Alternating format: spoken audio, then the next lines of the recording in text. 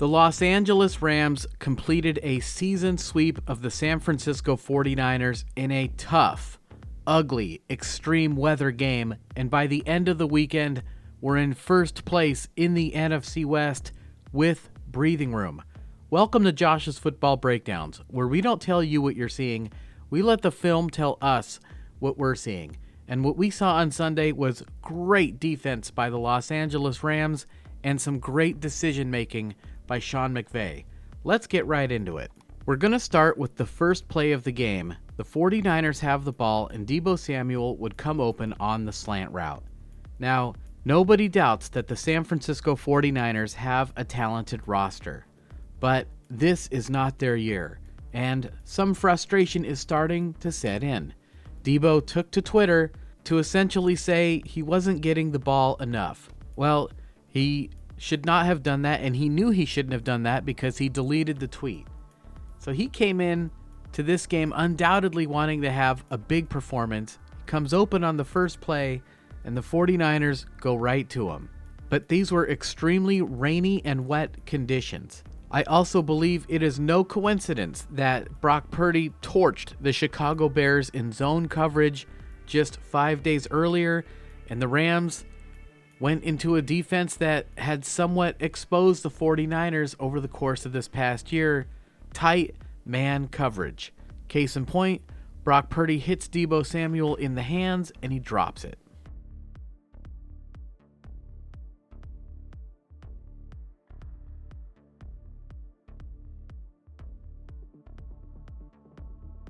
This was a day that would be tough on both offenses. Here, the Rams need to get all the way to the 39-yard line for a first down.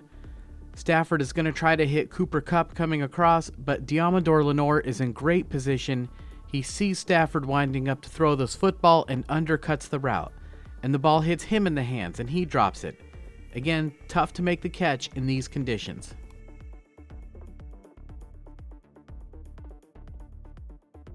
But it wasn't all bad. One player that definitely did show up for the 49ers was George Kittle, and here he runs a great route. Instead of running straight down the field, he widens, and this is important because he's running into a zone and he doesn't want Omar Speights to carry him too deep through the zone. He wants him to forget all about him so that when he comes across, Speights won't have enough depth to take away this route. The 49ers help Kittle out here with a bit of clever play design. They bring Deebo Samuel across into Speights' zone so that when Speights sees Brock Purdy winding up to throw this football, he actually steps up, leaving George Kittle wide open.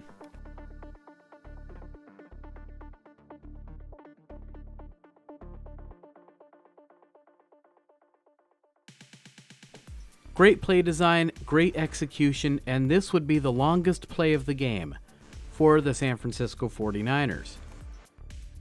But later on in the drive, the 49ers would be facing a 3rd down and 6. Needing to get down to the 31-yard line, San Francisco makes the unusual decision to hand this ball off. And take a close look. They don't give it to the running back. That's Deebo Samuel. And usually when we think of Deebo running the ball, we think of him getting to the edge, right? Well, here LA is in a great position to take that away. This run was always designed to go up the middle. One unit that played really, really well in this game was the defensive line for the Los Angeles Rams. And here Kobe Turner gets off the block of Aaron Banks and makes the tackle after a gain of only a couple of yards. Now, why would you run the ball on 3rd down like that? Well, the most obvious reason is if you think you can pick up the first down. But there's another reason we're seeing more and more of these days, which is you run it on 3rd down to put yourself in a better position to go for it on 4th down. Well, apparently, Deebo didn't get enough yardage on this play to justify going for it on 4th down, so Kyle makes the decision to try the long field goal attempt. And it's good. 53 yards, an impressive kick in these conditions, and San Francisco takes the early lead, 3-0. But we all know how explosive this Rams offense can be, putting up 44 points against the Buffalo Bills just 5 days earlier. But in this game, they're still a little out of sync. Stafford is winding up to throw this football as if Tutu Atwell is supposed to be coming across right now. Instead, Atwell runs a few more steps first and then kind of rounds this off. And as a result, Talanoa Hufanga is in great position. And again, this pass is dropped.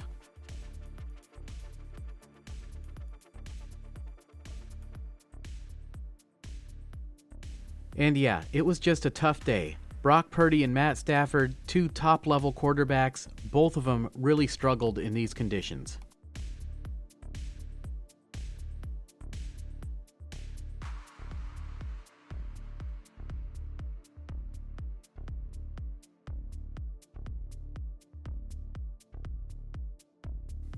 And if we're being honest, it was Thursday Night Football for the officials as well. Let's move ahead to the second quarter.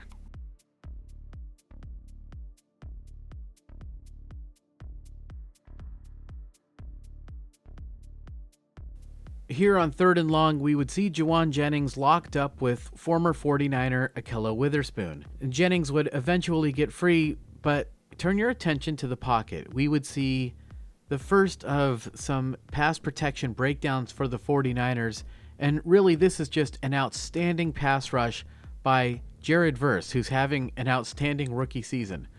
But Brock Purdy is able to get this pass off in time, and it's a first down for the 49ers.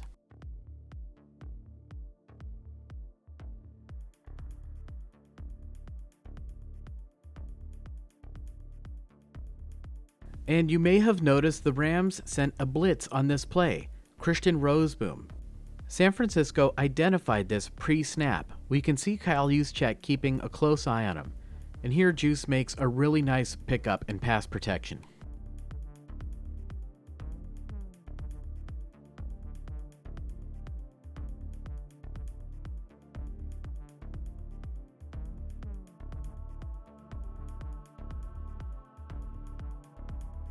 If your picture looks a little bit gray, no, you're not imagining things. The conditions are starting to worsen. The rain would come down heavier and heavier as this first half progressed. Here, San Francisco calls a deep shot to George Kittle, and it looks like he's being interfered with. He doesn't get the call. And if he had jumped back up towards the football, I've drawn this line right to the football, you can sort of see it at the end there, I think he probably gets this call. The reason Kittle didn't jump back for that ball, well, he lost sight of it in flight. And so even though there was some contact, the defender still got his head turned around. And 49er fans might be upset with me for this, but I think it's actually probably a good no call for the officials. Certainly an understandable no call. And what was a promising drive would eventually stall. Let's move ahead to the 49ers' next drive. We can really see the rain coming down heavy now, and if you're a Rams fan wondering, hey, where's our highlights? Here's one right here. 3rd and 12, and Brock Purdy tries to escape the pocket, something he's been unexpectedly good at throughout his career. But on this play, it's Kobe Turner again who makes another huge play for Los Angeles, taking Purdy down for the sack and ending another San Francisco drive. So the 49ers have to punt, backed up against their own goal line. LA gets a small but decent return, and there would be a penalty on the 49ers, so Los Angeles starts out this next drive with great field position. And this might be one of my favorite plays of the game. In the pouring, driving rain, Los Angeles doesn't ask their offensive line to do anything fancy here. They don't pull the guard, they don't pull the tackle, they don't ask the center to do anything. It's just straight power. And Kyron Williams is stopped here. But he keeps fighting, keeps working, the O-line gets involved, and he gains another at least extra 5 yards on the play. Wow, very impressive.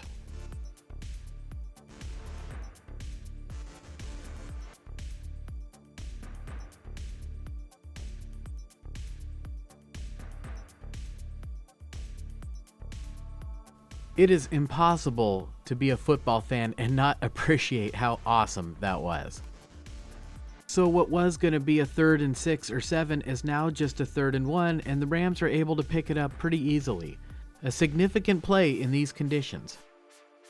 The play would lead directly to LA's first attempt to get points with a Joshua Carty field goal attempt, and he knocks it through, tying the game at 3 apiece. Let's move ahead to the third quarter. Wanting to take control of this game, the 49ers take a page out of LA's playbook. Nothing fancy here, just a straight power play.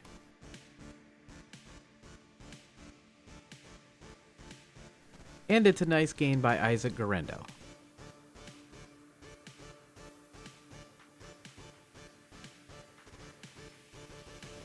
Two plays later, the 49ers would send the tight end and the fullback downfield and get the ball to Guerrero with blockers out in front. Now, was Brock Purdy just dumping this ball off to Guerrero, or was this by design the whole way? Well, I think this was a designed play, because check out Kyle Juszczyk, he's blocking the whole way here.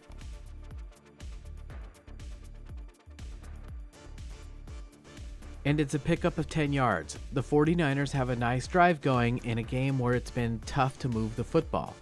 But here they're facing a huge 3rd down and 10.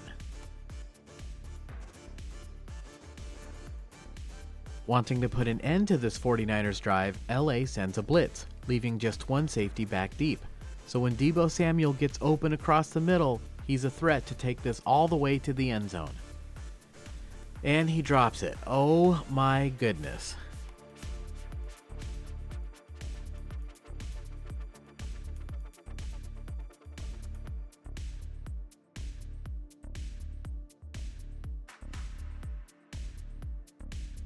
Perfect throw from Brock Purdy, and man, I know the conditions are tough, but on the very week that you demand the ball more, you drop a touchdown, and this really felt like a decisive moment in the game. San Francisco does add 3 more points, but this just felt, you just felt the entire pulse of the building change. Deebo comes off the field to boos. To be fair, another unit that played really well in this game was the 49ers defense, and here the coverage downfield is pretty good. Under pressure in the pocket, Stafford doesn't have time to wait for this route to develop or anything like that, so he decides to dump this ball off to Blake Corum. And this would be a big play for LA, and what turns it into a big play was a really nice block by Puka Nacua. And that's not just anybody he's blocking out there, that's Fred Warner.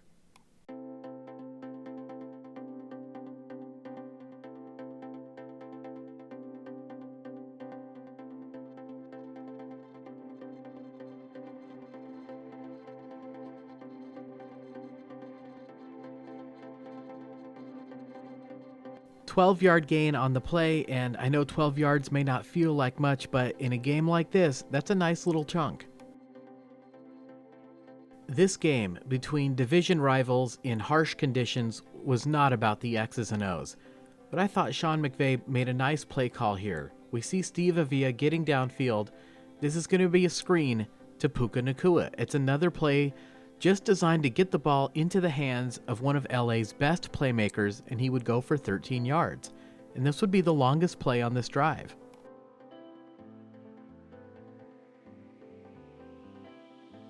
And from this angle, we get a great look at Kyren Williams coming over and helping with pass protection, getting a hit on Nick Bosa of all people.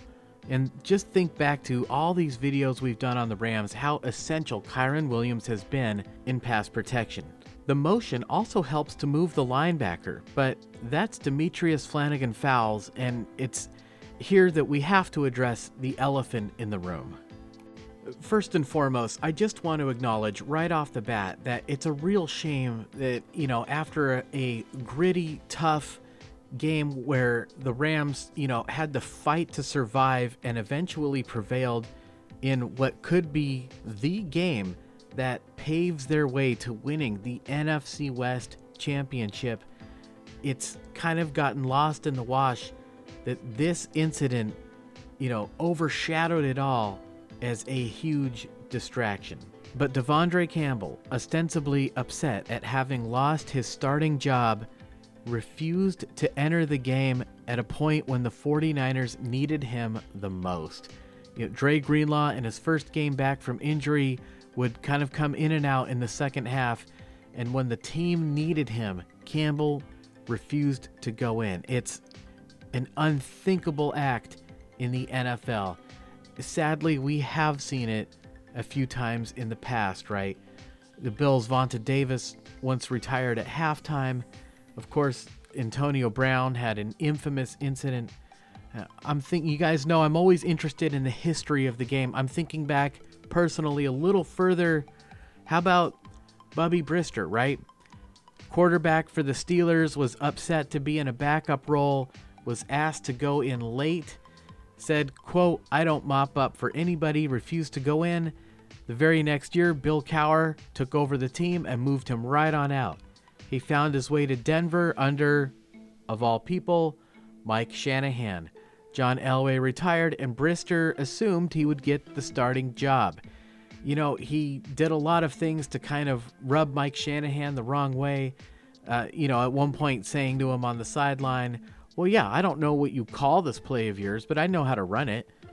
Well, when he was passed over for the starting job, was apparently upset and refused to go in a game again for Denver, and that essentially ended his career. He played one more season for the Vikings, but only threw 12 passes that year for Minnesota, and that was all she wrote. Well, it's likely we're going to see something similar with Devondre Campbell. You know, his play had already been declining, had some parting shots for Green Bay, had to share snaps with the San Francisco 49ers, and did not have the best attitude about it, and now has, blown up in an infamous incident. He might get picked up next year by another team, for how much and in what role, it just remains to be seen. But I think the trajectory his career was on certainly was not helped by this incident. Again, sad because it took away from what should have been a great moment for the Rams.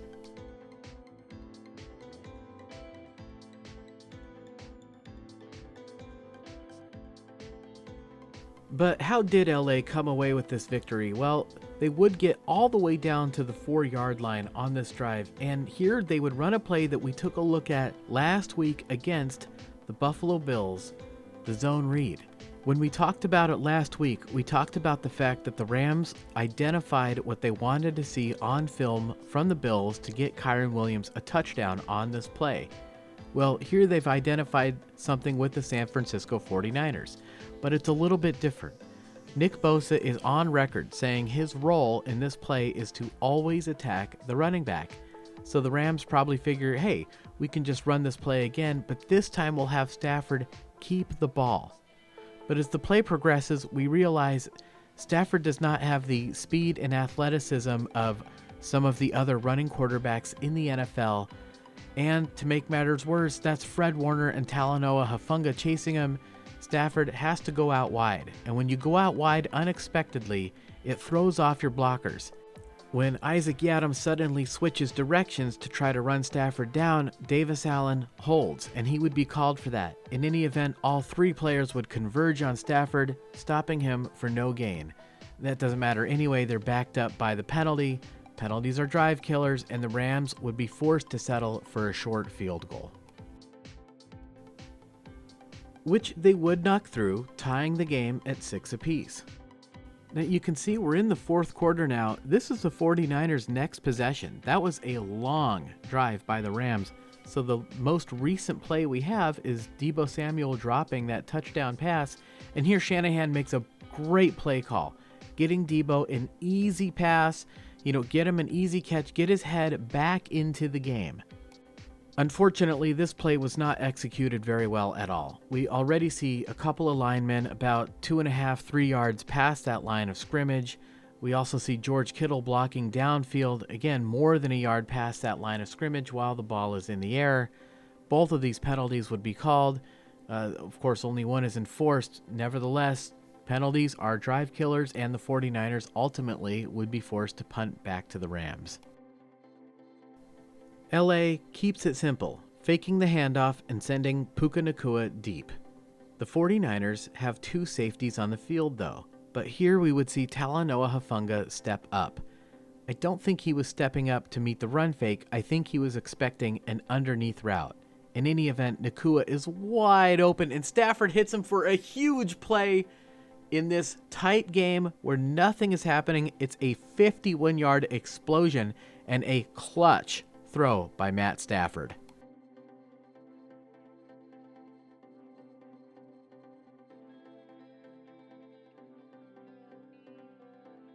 The play would lead to another Carty field goal attempt, and this one puts the Rams ahead.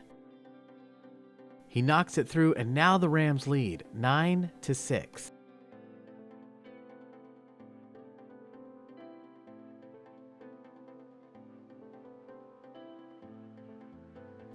Trailing in the game, now there's no more time for any games for the 49ers, but here Ricky Pearsall would run a great route, going out wide against this sticky man coverage, and we see the design of the play.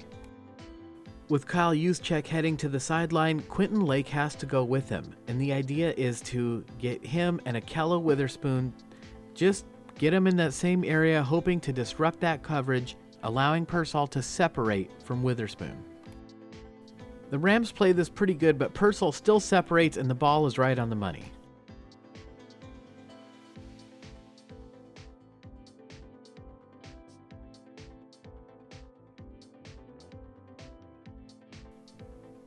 Aaron Banks really struggled on the day, and here Braden Fisk absolutely smokes him, but the play is saved by the pocket movement of Brock Purdy.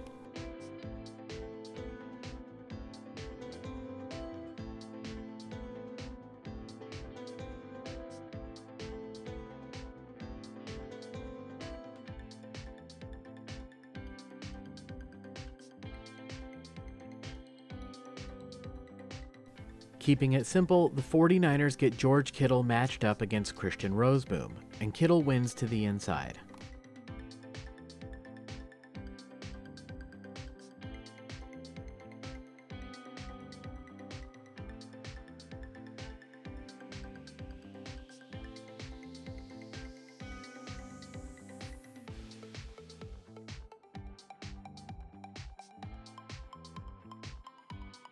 George Kittle was the 49ers' leading receiver on the day, so here the safety just can't resist. He sits down on the route of George Kittle, allowing Ricky Pearsall to come wide open behind him, and Brock Purdy spots it.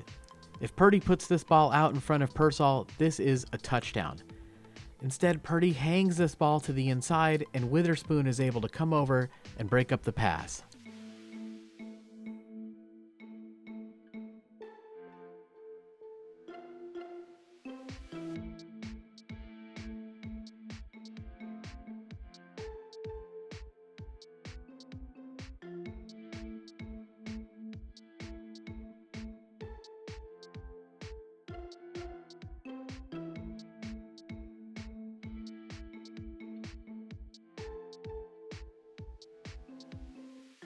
Is this an arm strength issue? No, this is an accuracy issue. Here's a similar throw from a few years ago from about the same distance, and here we can see arm strength was not a problem at all.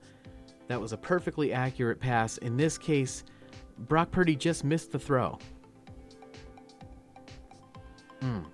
Gotta hit that one.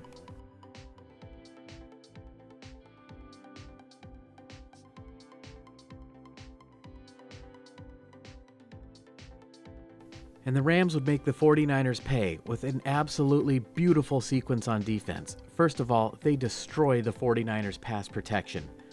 Brock Purdy under pressure wants to get rid of this football, and they have Juwan Jennings setting up Darius Williams on the double move. But Williams does not bite on the fake. In fact, he comes over and cuts off Jennings. Watch what a great job Williams does here of cutting off this route. Now the timing for the play is disrupted, and Williams intercepts the football, and that was absolutely perfect defense.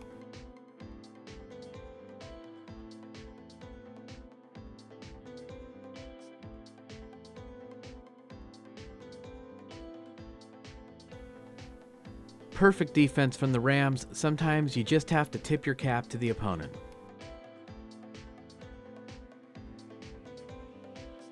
And how did the Rams decimate the pass protection for the 49ers? Well, Braden Fisk beats Aaron Banks with power. Jared Verse beats Jalen Moore with speed. And on the other side, Kobe Turner wins with the stunt. I said it was a tough game for both quarterbacks. Well, Brock Purdy ended up on the losing end of this one. And don't mistake me, he ended up on the losing end because the Rams defense made it happen. With 3rd and 4 at the 2-minute warning, LA can wrap things up with a first down. When the Rams put Cooper Kupp in motion, we see some confusion from the 49er defense, with 3 players going with him and nobody on Colby Parkinson. In just his 2nd game back from injury, Talanoa Hufanga made the error on the play.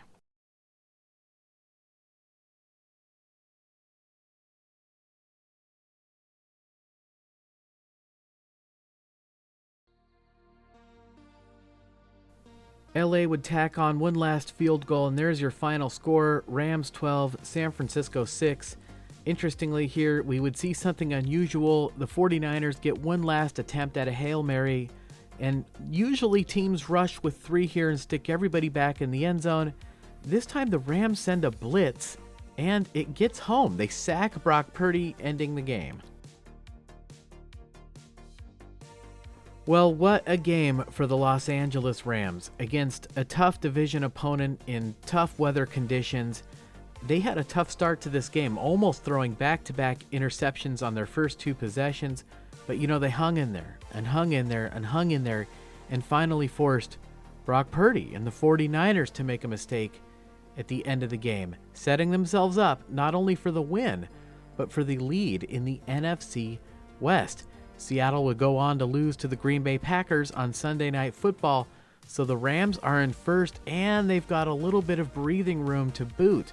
LA is in excellent position to win this division championship and head to the playoffs, and we all saw when they get hot with Stafford and that group of receivers and Kyron Williams, they can put up big time points. Was that a possible Super Bowl preview? Laugh if you want, this team beat the Bills, so nothing is impossible for the Los Angeles Rams. Alright, I want to thank all my new subscribers. If you're new here and you like what you see, please subscribe. We do these videos every week.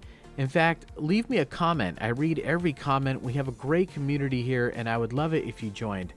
And of course, I want to thank those of you who have gone the extra mile to help support this channel. Guys, your support means I can take the time to do these videos right and to give you the quality that you deserve. And of course, I want to extend an extra special shout out to our Patreon supporters. Guys, you are an essential part of this team. I could not do these videos without you. You humble me, you honor me. Thank you so much. All right, the Rams face the New York Jets next week. Obviously a winnable game for the Rams, but the real important contests come in the final 2 weeks of the season. Division games against Arizona and the last week of the season against the Seattle Seahawks. Wow. Well, I don't know what's going to happen in any of these games, but we are going to be here to break down that film, and I will see you guys then.